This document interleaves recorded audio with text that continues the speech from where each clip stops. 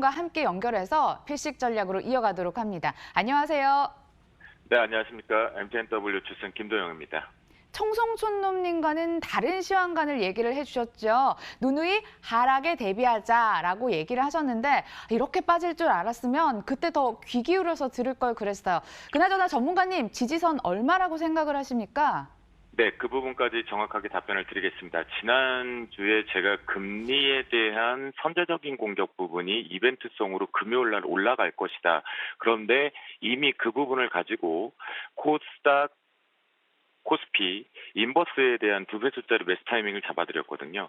그리고 나서 지난주에 바로 7월 24일이었습니다. 공개방송에서도 제발 부탁을 좀 드렸습니다. 만약에 종목을 손절할 수 없다라면 인버스라도 위험 분산을 부탁을 드렸는데요. 자, 이 부분에서 추가적으로 올라왔기 때문에 이 결과를 갖고 자랑하자라는 뜻이 아닙니다. 이 부분에 우리가 핵심 포인트 뭐였습니까? 바로 원달러 환율 추이를 갖고 얘기를 드렸습니다. 시장 자체가 선제적인 금리 인하를 통해서 슈팅이 나가는지 안 나가는지 저희는 1185원을 기준으로 잡았죠. 그런데 슈팅이 나가지 않고 반대로 나와서 긍정적이었습니다. 이날 금요일 날 땡겼죠.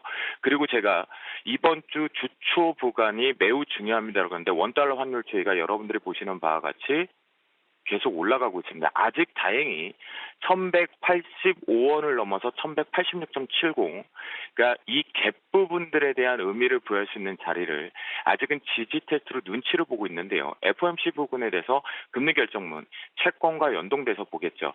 이 부분이 만약 뚫려버린다면 하단은 더 열린다라고 바라보실 수밖에 없는데요. 그 부분이 코스피 코스닥 쪽으로 놓고 보면 실제적으로 브레이크는 여러분들도 잘 알고 계실 겁니다. 만약 원달러 환율 추이가 위쪽 고점이 막혀버린다고 하면 맥수로 내려와서 투자 심리가 위축된다 그래도 코스피 시장 쪽에서는 지난 1월 달에 저점이었던 1984포인트대, 그러니까 2000포인트에서 위아래로 잠깐 흔들어내는 폭일 것 같겠고요. 지금 끝자리가 5포인트 기준으로 변곡이 생긴다라고 분명히 말씀 좀 드렸었죠. 그리고 코스닥 같은 경우는 이미 지난 10월 달엔 617포인트에 내려와 있는데요.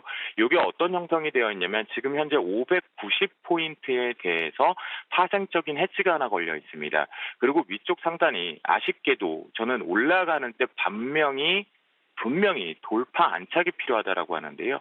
이 되반등 부분이 나온다고 하더라도 급반등은 다음 주 가능성이 좀 열려될 것으로 판단이 되는데 650포인트 막혀 있습니다. 그런데 제가 코스닥 지수 집중하지 말고 종목에만 집중하자고 말씀을 좀 드렸죠. 바이오에 대한 비중 때문입니다. 전기전자 섹터 지금 차익 실현들 5G, MLCC, 2차 전지 다 부분 나오고 있거든요. 그런 부분 놓고 판단을 해보면 코스닥은 지수를 보지 마시고 본인의 종목의 수급이 기관 쪽이 들어오는지에 집중을 하신다면 분명히 계좌는 다시 한번 살아날 거다라고 말씀을 좀 드리겠고요. 전 시장이 빨리 올라왔으면 좋겠습니다. 제가 제일 힘들 때가 있는 그대로 시장의 조정을 정확한 팩트를 가지고 말씀드려야 할 때가 부담스럽고 힘이 드는데요.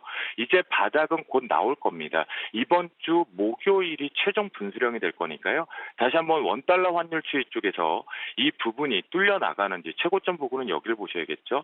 네, 이 부분이 뚫린다라면 그때는 리스크 더 철저하게 관리하시면 좋겠다. 그리고 그때 가서라도 인버스에 대한 위험 분산은 늘 습관화드리자라고 말씀을 좀 드려보도록 하겠습니다. 같이 한번 힘내겠고요. 자, 필식업종으로 가봅니다. 어제 시장에 이 필식업종을 생각하면서 많은 고민했습니다. 여러 가지 섹터들이 좀 나왔다라고 볼 수가 있겠는데요. 하지만 그중에 뉴스가 하나가 있었죠. 일본 제재 중에 처음에 퉁 하고 건드렸던 게 뭐였죠? 불수였습니다. 그리고 두 번째 뭐였었죠? 탄소였었습니다. 그런데 그거에 이어서 일본 같은 경우는 우리가 원전에 대한 문제점이 있었죠. 거기에 신규적으로 새로운 먹거리로 장착을 우리나라가 정책으로 하는 수소 경제, 수소를 타겟화된다라는 뉴스들이 조금 도배가 되기 시작했습니다. 그런 부분 쪽에서 오늘은 수소에 대한 관련주들, 이 부분이 여러분들이 잘 알고 계시는 수소차 쪽으로는 아직은 쏠려 있겠죠.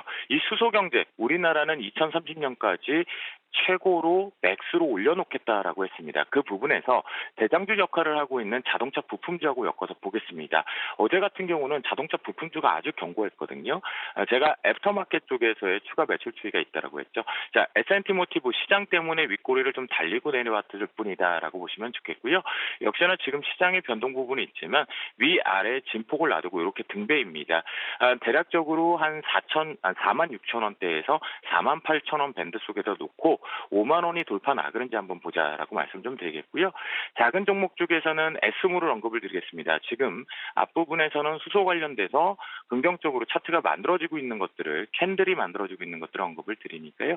이 부분도 6천 원대가 뛰어넘는지 한번 볼 필요가 있겠습니다. 또한 이제 자동차 부품 쪽에서 최근에 아마 눈에 많이 보이신 것이 바로 SL 같은 종목분들이 눈에 보이실 겁니다. 이런 부분들이 또 판단이 될 거겠고요. 그다음에 수소차 쪽에서 충북 주정이 아마 보실 건데요. 분명히 차트상으로는 나쁘지 않습니다. 하지만 제가 수소에 대한 제재 부분까지 열어서 판단하자라고 말씀을 좀 드렸죠. 그래서 이 부분과 함께 SPO셀까지 한번 잘 체크해 보시면 좋지 않을까. 틈새를 노려보자. SPO셀 바닥권이죠. 이렇게 보도록 하겠습니다.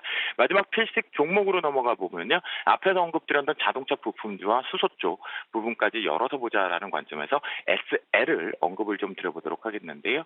동사는 이제 전조등에 특화되어 있는 건 알고 계실 겁니다. 그리고 전장 쪽도 관련되어 있다라는 거 허드레든가 그다음 어라운드 뷰 모니터 부분이겠죠.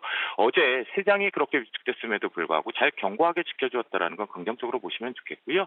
만약에 장기적인 트레이딩 관점으로 손절을 타이트하게 잡는다라면 21,500원 정도 이 부분에 대해서 손절가만 잡고 대응하신다라면 저는 직전 고점 부분에서 이 부분 조금 더 약하겠지만 23,800원 돌파 여부를 보면서 트레이드 바이 한번 해보자. 라고 말씀 좀 드리겠습니다. 이 또한 분명히 지나갑니다. 여러분들 투매는 동참하지 말자라고 주선 김도영이 얘기했습니다. 오늘도 화이팅 하시고 같이 외쳐봅니다. 오늘도 필식